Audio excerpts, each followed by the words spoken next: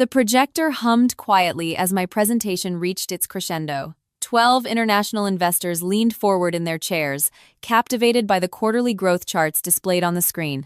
These weren't just impressive numbers, they were revolutionary for our industry. I could see genuine interest in their eyes as I explained how our manufacturing process would transform their market. As you can see from these metrics, I said, gesturing to the screen, we've managed to increase efficiency by 37% while simultaneously reducing material waste. This isn't theoretical. These are actual results from the pilot program I developed last year. I felt my phone vibrate in my pocket. Normally, I'd ignore it during a presentation this crucial, but we were expecting confirmation on shipping logistics that these clients needed to hear about. I apologized and glanced discreetly at the screen. The message made my throat close. Your position has been eliminated effective immediately. Finish the meeting and clear your desk by 5 p.m., Dominic. My fingers went numb. The room blurred momentarily as I tried to process what I was reading. 6 months of strange behavior from Dominic suddenly crystallized into perfect clarity. The way he'd started excluding me from strategy meetings,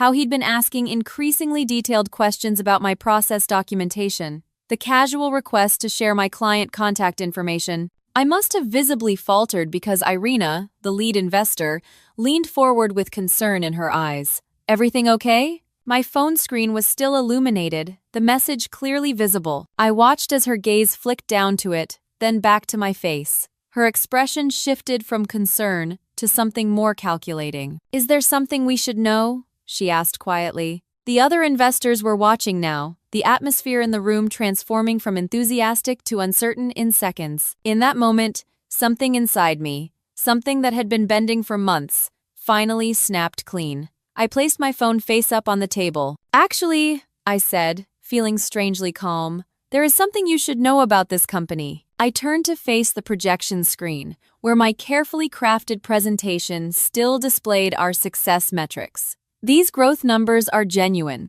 What's not included in your information packets is that they came from my pilot program, one that uses sustainable materials from local suppliers, not the overseas manufacturers listed in your proposal. The investors exchanged glances. I pulled up a new slide, one not included in the official deck. These are the actual supply chain costs, I continued, pointing to figures significantly lower than what they'd seen in their packets. The difference has been systematically diverted elsewhere for the past year. The conference room door burst open. Dominic stood there, his face flushed red. There's been a terrible misunderstanding, but it was too late. The investors had seen enough. If you're enjoying this story so far, I'd love your support. Hit that like button, subscribe to hear more stories like this one, and drop a comment about what you think is going to happen next. Trust me, this is just the beginning, and you'll want to stick around for what comes next. My name is Victoria, and until approximately 40 seconds ago, I was the innovation director at what many considered the most promising manufacturing startup in the Northeast.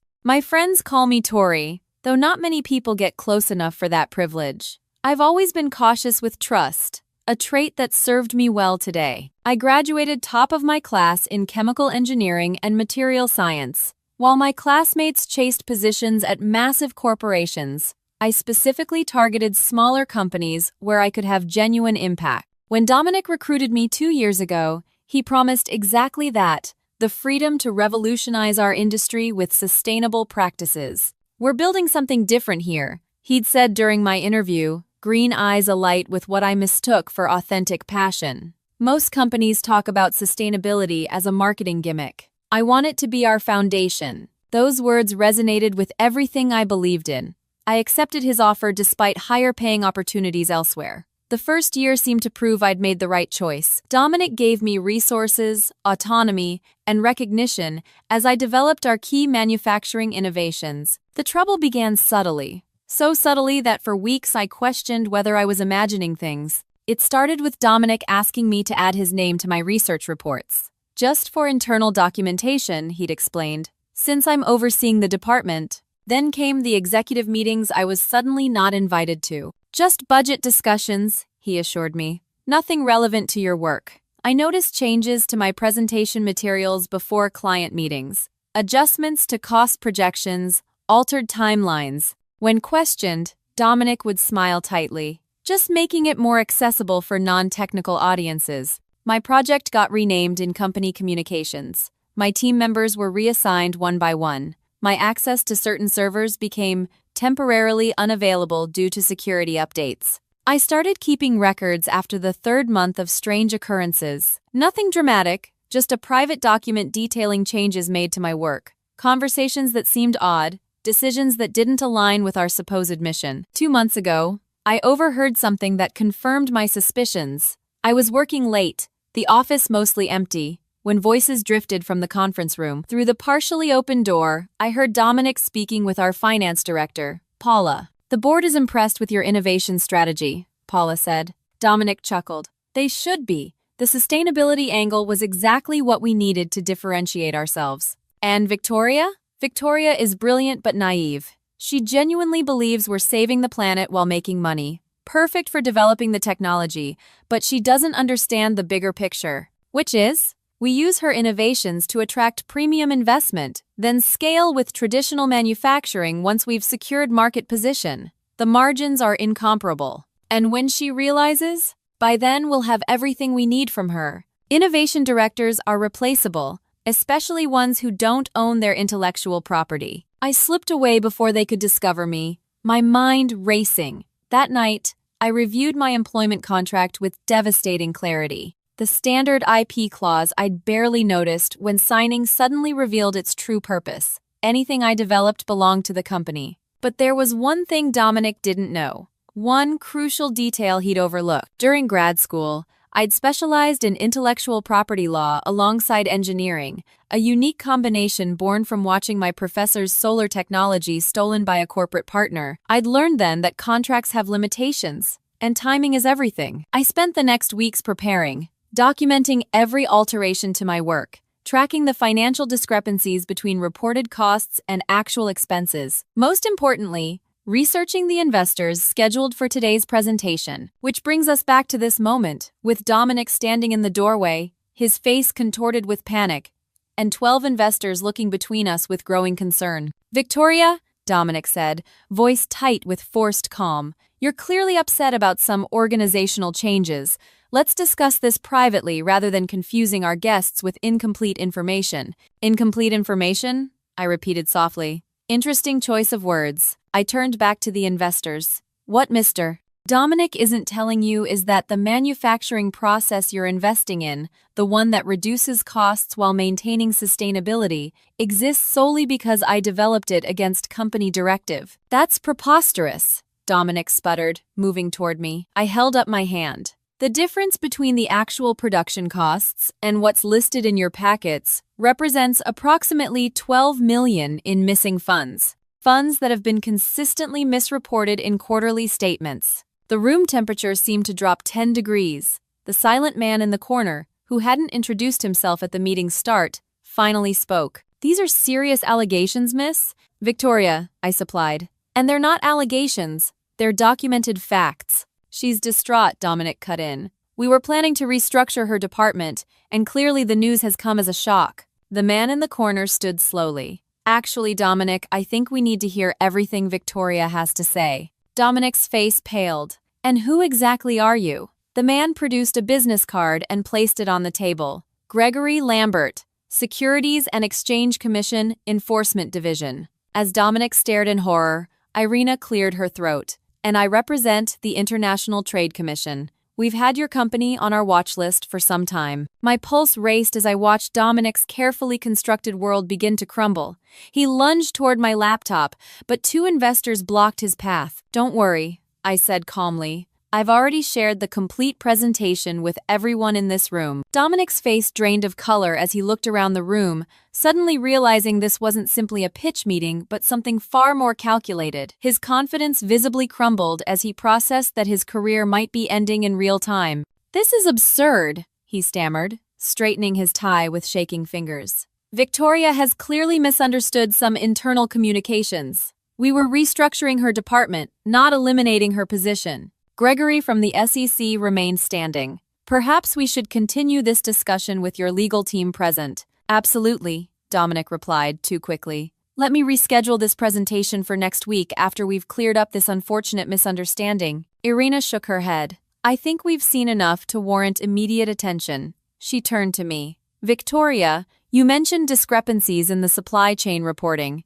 Can you elaborate? I nodded, clicking to the next slide in my presentation, one Dominic had never seen. This chart shows the actual materials cost from our local suppliers compared to what's been reported to investors and the board. The room grew intensely quiet as numbers appeared on screen. The green bars represent actual costs, documented through original invoices I've preserved. The blue bars show what was reported in official financial statements. As you can see, there's a consistent 35% inflation across all categories. Gregory pulled out a notebook. And where did the difference go? Initially, I couldn't trace it, I admitted. But 3 weeks ago, I discovered something interesting. I clicked to another slide showing a bank statement. This account was opened 6 months ago under the name of a shell company called Helios Manufacturing. The address matches a property Dominic purchased last year. This is outrageous, Dominic shouted, his composed facade completely shattered. You hacked into private accounts. That's illegal. Actually, I countered calmly. I received this statement by accident. It was misdirected to my email instead of Paula's because our company addresses differ by a single letter. I simply opened an attachment sent to me. Gregory raised an eyebrow at Dominic. Is Paula your finance director? Dominic's silence was answer enough. Victoria, Irina asked, when did you first suspect financial irregularities? I took a deep breath, aware that everything I said next would be scrutinized in whatever investigation followed. 4 months ago, I noticed discrepancies between my original budget proposals and the final versions presented to clients. When I raised concerns, I was told it was standard markup, which would be normal business practice, Dominic interjected desperately. Except, I continued, the markup wasn't being reported as profit. It was listed as production costs, which artificially inflated our expense reports while creating a slush fund no one could track. The conference room door opened again. A security guard appeared, looking uncomfortable. Mr. Dominic asked me to escort Miss Victoria from the building, he explained hesitantly. Gregory turned to the guard. I'm with the Securities and Exchange Commission conducting an inquiry. Miss Victoria will be staying. The guard's eyes widened. He nodded quickly and backed out of the room. Dominic's breathing had become shallow and rapid. This is a setup. She planned this. Yes, I interrupted. I did plan this. Just like you planned to steal my work, take credit for my innovations, and then discard me once you'd extracted everything valuable. I turned to the investors. 2 months ago, I discovered Dominic had filed patent applications for my technologies, listing himself as the primary inventor and me as a minor contributor. The filing dates were backdated to precede my employment. One of the investors, a silver-haired woman who'd been quietly observing, finally spoke. I'm Eleanor with Brightline Capital. We've been considering a significant investment in your company specifically because of these innovations. She turned to Dominic. Were you aware that Victoria had already filed provisional patents 9 months ago as part of her graduate work? Dominic's expression shifted from panic to confusion. That's impossible. Our legal team verified. Your legal team verified what you told them. I clarified. The foundational work for these processes was documented in my thesis. I filed provisionals before joining the company. That's why I was comfortable signing your employment agreement. The core intellectual property was already protected. The room erupted in murmurs. Dominic lunged toward me, but 2 men intercepted him. You think you've won? He hissed, his charming facade completely gone. You have no idea who you're dealing with. The board will never believe you over me. They won't have to, Gregory stated flatly. The evidence speaks for itself. As security escorted Dominic out, I felt a strange hollowness replace the adrenaline that had carried me through the confrontation. Years of work, countless late nights, all the passion I'd poured into these innovations, and it had nearly been stolen with a simple text message. The meeting dissolved into organized chaos as Gregory began collecting statements and contact information from everyone present. Irina approached me privately. That took extraordinary courage, she said, but this is just the beginning of a complicated process.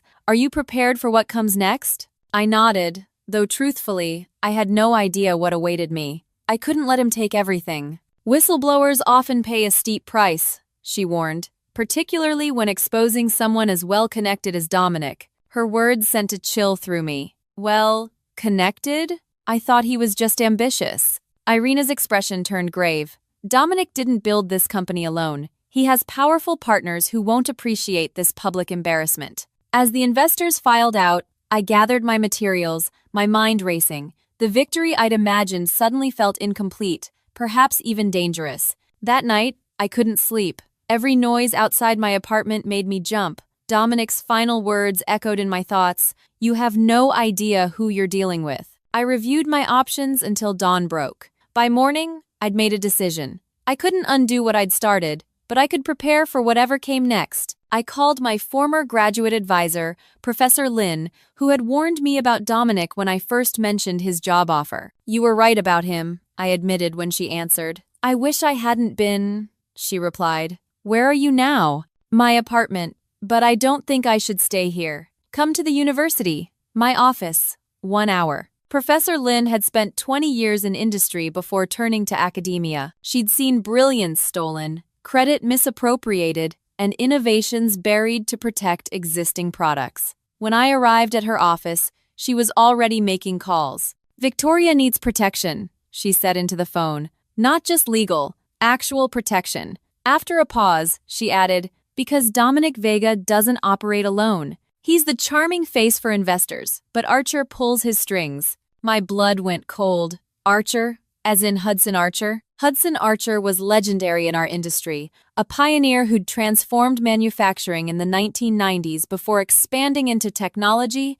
energy, and private equity. His name appeared on buildings at 3 universities. His foundation funded research worldwide. Professor Lin ended her call and turned to me. "You've stepped into something bigger than a dishonest boss, Victoria." Dominic was installed as CEO because of his charisma and technical background. Archer Capital provides the funding and connections that make everything possible. But why would someone like Hudson Archer need to steal my work? He could fund research teams worldwide. Because what you've developed threatens his existing investments. Your manufacturing process makes half his portfolio obsolete. It's more profitable to control your innovation than compete with it. I sank into a chair, the magnitude of my situation finally hitting me. "What do I do now?" Professor Lin's expression softened. "What you've always done, be smarter than they expect." For the next week, I moved between temporary accommodations, never staying anywhere more than a night. News of the investigation broke in industry publications, though my name wasn't mentioned.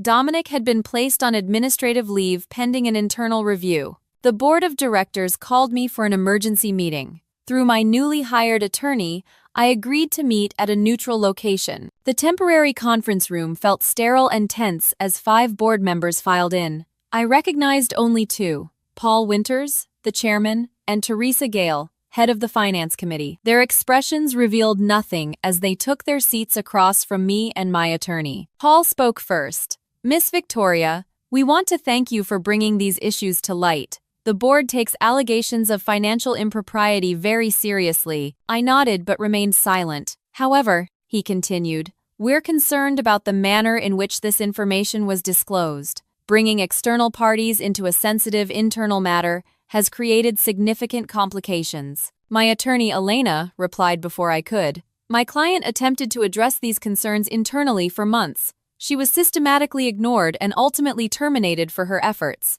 "There's no record of any formal complaints," Teresa countered. I opened my laptop. "I've brought copies of 17 emails sent to leadership over the past 6 months, each flagging discrepancies in financial reporting or raising concerns about intellectual property protection." "We never received these," Paul insisted. "Perhaps because Dominic maintained exclusive control over board communications," I suggested. But I anticipated that possibility, which is why every email was blind copied to my personal account and time-stamped. The room grew uncomfortably quiet. "What exactly do you want, Victoria?" Teresa finally asked. "I want what I've always wanted, to see my work used to create sustainable manufacturing practices that benefit everyone, not just wealthy shareholders." Paul leaned forward. "Let me be direct. The company is prepared to offer you a generous settlement with a non-disclosure agreement. You would be compensated for any inconvenience while allowing us to handle this matter discreetly." Elena smiled thinly.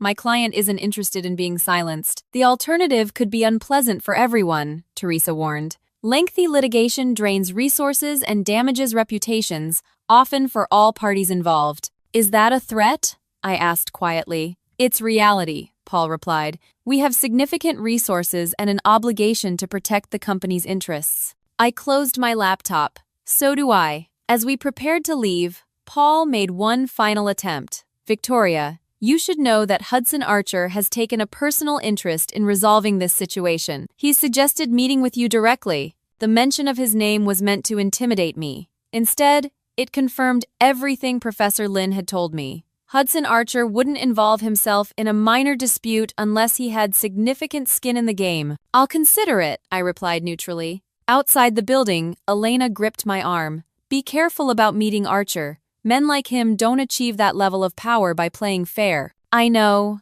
I assured her, but sometimes you need to get closer to danger before you can neutralize it. That evening, my phone rang with an unknown number. Against my better judgment, I answered. A smooth, measured voice spoke. Miss Victoria? Hudson Archer here. I believe we should talk. My pulse quickened at the sound of Hudson Archer's voice. This was the man who controlled billion-dollar industries, whose name appeared in business headlines and on university buildings. And now he was calling me directly. I appreciate you reaching out, I said, keeping my voice measured despite my racing heart. Though I'm surprised the chairman of Archer Capital gets involved in operational disputes at portfolio companies. A low chuckle came through the line. When something threatens multiple investments simultaneously, I make exceptions. His tone was casual, as though we were discussing the weather rather than my professional future. Would you be willing to meet tomorrow? My private office downtown. Every instinct told me this was dangerous. Yet refusing wasn't an option if I wanted to understand what I was truly up against. I'll be there, I agreed, with my attorney. That won't be necessary, Archer replied smoothly. Just a friendly conversation between colleagues. Nevertheless, she'll be joining me. A pause. As you wish. 3 o'clock tomorrow. My assistant will text you the address. After he hung up, I immediately called Elena and Professor Lin, putting them on a conference call to discuss strategy. He's trying to intimidate you, Elena warned. Men like Archer believe their reputation alone will make you back down. Professor Lin was more blunt. He'll offer you everything you think you want, then take twice as much in return. What choice do I have? I asked. If I refuse to meet, he'll just use other methods to pressure me. You always have choices, Victoria, Professor Lin said. But you need leverage, something he values more than silencing you. I stared out my window at the city lights, thinking about what Hudson Archer might value most. His reputation? His business empire? Then it hit me. His legacy, I whispered. Hudson Archer is 73 years old. He's been giving commencement speeches about innovation and progress for decades. What if the final chapter of his story is stealing ideas and crushing true innovation to protect outdated investments? Elena caught on immediately. Public perception. That's what someone like him can't control with money alone. Exactly, I said, ideas crystallizing rapidly. And I think I know how to approach tomorrow's meeting. I spent the night researching everything about Hudson Archer, his companies, his public statements, his philanthropic work. By morning, I had a clearer picture of the man I was facing and what might move him. The address Archer's assistant sent led to an understated building in the financial district. No company name adorned the entrance, just a simple A etched in the glass doors. The security guard checked my ID, then directed me to a private elevator that required a keycard he provided. Elena squeezed my arm reassuringly as the elevator ascended. Remember, we walk, if anything feels wrong. Your safety matters more than any outcome. The doors opened to reveal a minimalist reception area with panoramic views of the city. A poised woman greeted us. Miss Victoria, Miss Elena, Mr. Archer is expecting you. She led us through double doors into a spacious office. Hudson Archer stood as we entered. In person, he projected more authority than his photos suggested. Tall and lean with penetrating gray eyes that missed nothing. He wore a simple charcoal suit that probably cost more than my annual salary. Victoria, he said, extending his hand as though we were old friends. Thank you for coming. I shook it firmly. Mr. Archer. Hudson, please. He gestured to a seating area by the windows. Can I offer you anything? Coffee? Water? We both declined. His attempt at casual hospitality felt calculated. A power play to establish himself as the gracious host rather than an adversary. I've followed your career with interest, he said once we were seated. Your graduate work showed remarkable promise. I raised an eyebrow. My graduate work was hardly on the radar of someone like you. A slight smile. I fund research in sustainable manufacturing across 17 universities. Promising innovations don't escape my notice. He leaned forward. Which is why Dominic's actions are particularly disappointing. Rest assured, I knew nothing about his financial improprieties. Yet you're intervening now, Elena noted. Archer nodded. Because Victoria's work is too valuable to be lost in legal battles and public accusations. What Dominic attempted was wrong. Full stop. His direct acknowledgement surprised me. I'd expected denials or minimalizations. So what do you propose? I asked carefully. A fresh start. I'll personally ensure you receive full credit for your innovations. We'll restructure the company leadership. Your patents will remain yours, with an exclusive licensing arrangement that compensates you fairly. He named a figure that made me blink. Additionally, you'll have complete autonomy over the sustainable manufacturing division. It was everything I should have wanted. Recognition, compensation, control over my work's implementation. Yet something felt wrong, and in exchange I prompted discretion regarding the current investigation. We handle matters internally without further involvement from regulatory agencies. Elena shifted beside me. You're asking Victoria to potentially obstruct a federal investigation. Archer shook his head. I'm asking her to clarify that her concerns have been addressed satisfactorily. The regulators can focus their limited resources elsewhere. I studied him carefully. Why does this matter so much to you personally? This goes beyond protecting a portfolio company. For the first time, I saw a crack in his composed facade. Something flashed in his eyes. Concern, perhaps even fear. Your manufacturing process isn't just innovative, Victoria. It's revolutionary. It makes traditional methods obsolete virtually overnight. He gestured toward the city skyline. I have investments in 14 manufacturing companies that would face extinction if your technology spreads too quickly. So this is about protecting your investments, I concluded. It's about controlled transition, he corrected. Immediate disruption creates chaos, jobs lost, communities devastated. I'm proposing managed implementation that allows for adjustment. His argument made logical sense,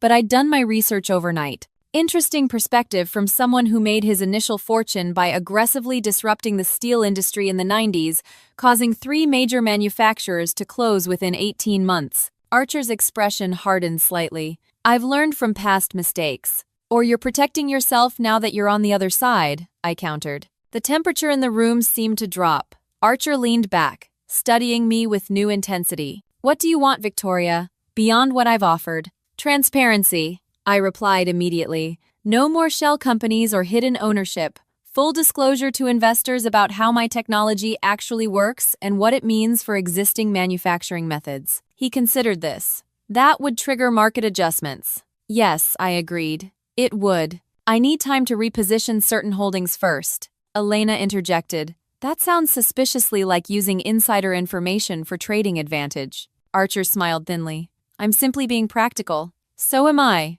said, reaching into my bag. I withdrew a thin folder and placed it on the table between us. This contains evidence that Archer Capital has been actively suppressing similar innovations from at least 3 other researchers over the past decade. Each case follows the same pattern, promising technology acquired through a subsidiary, then mysteriously shelved or restricted through exclusive patents. His face remained impressively neutral, but his hand tightened slightly on the armrest. Where did you get this information? Professor Lin has been tracking patterns of buried innovation for years. After Dominic's actions raised red flags, she connected some dots. For several long moments, Archer said nothing. Then, surprisingly, he smiled, a genuine expression that transformed his severe features. Claudia Lin. I should have known she'd be involved. He shook his head slightly. We were research partners 40 years ago before taking different paths. Different ethics, you mean? I corrected. Different perspectives on progress, he countered. Claudia believes in radical transparency regardless of consequences. I believe in measured transitions. He tapped the folder. This information could damage more than just me, Victoria. Thousands of jobs depend on stable markets. I'm not looking to create chaos, I assured him, just to ensure my work isn't buried like those others. The negotiation that followed lasted nearly 3 hours. Elena proved invaluable, catching subtle loopholes in Archer's proposed terms. By the time we reached a tentative agreement, the sun was setting over the city. Archer extended his hand again. "I underestimated you, Victoria. That won't happen again." "I certainly hope not," I replied, shaking his hand firmly. As Elena and I rode the elevator down, she whispered, "Did we just negotiate with the devil?" "We negotiated with a businessman who forgot that innovation can't be controlled forever," I corrected her. "And we got what we needed." The following weeks passed in a blur of legal documents, restructuring announcements, and carefully worded press releases. Dominic resigned to pursue other opportunities. The board appointed an interim CEO with a strong ethical reputation. Most importantly, my patents remained mine, with a licensing agreement that maintained my control over implementation. What no one except Elena and Professor Lin knew was that our agreement with Archer contained a hidden protection. If my technology was restricted or its rollout delayed beyond specific benchmarks, a trust would automatically release all Professor Lin's research on buried innovations to selected journalists and regulatory agencies. 6 months later, I stood on a manufacturing floor watching workers implement my process at full scale. A news crew filmed for a feature on sustainable industry innovations. The reporter turned to me. "Your technology is being called revolutionary. Did you expect this level of impact when you developed it?" I smiled, thinking of the path that had led here. "I always believed in its potential. I'm just grateful it found the right home for proper implementation." What I didn't say was that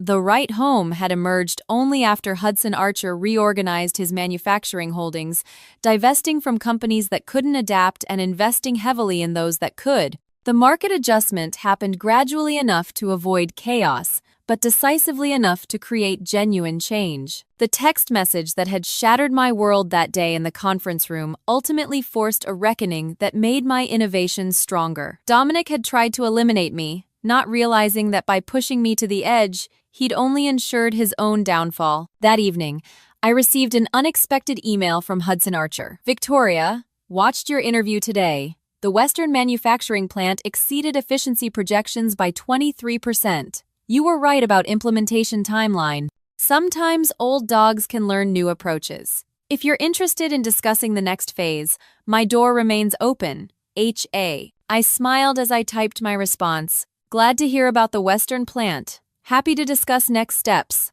This time, I'll bring the coffee. Victoria." My revenge wasn't destroying careers or companies. It was ensuring that innovation couldn't be buried, that truth couldn't be silenced with a simple text message. By standing my ground against both Dominic and Hudson Archer, I'd not only protected my work but potentially changed how an entire industry approached progress. Sometimes the most powerful revenge isn't about tearing someone down. It's about building something so valuable they have no choice but to recognize your worth. If this story resonated with you, please hit that like button and subscribe for more authentic stories of resilience and determination. Have you ever stood your ground when someone tried to take credit for your work? Share your experience in the comments below. Your story might inspire someone else facing similar challenges. Remember, sometimes the most powerful thing we can do is refuse to be silenced.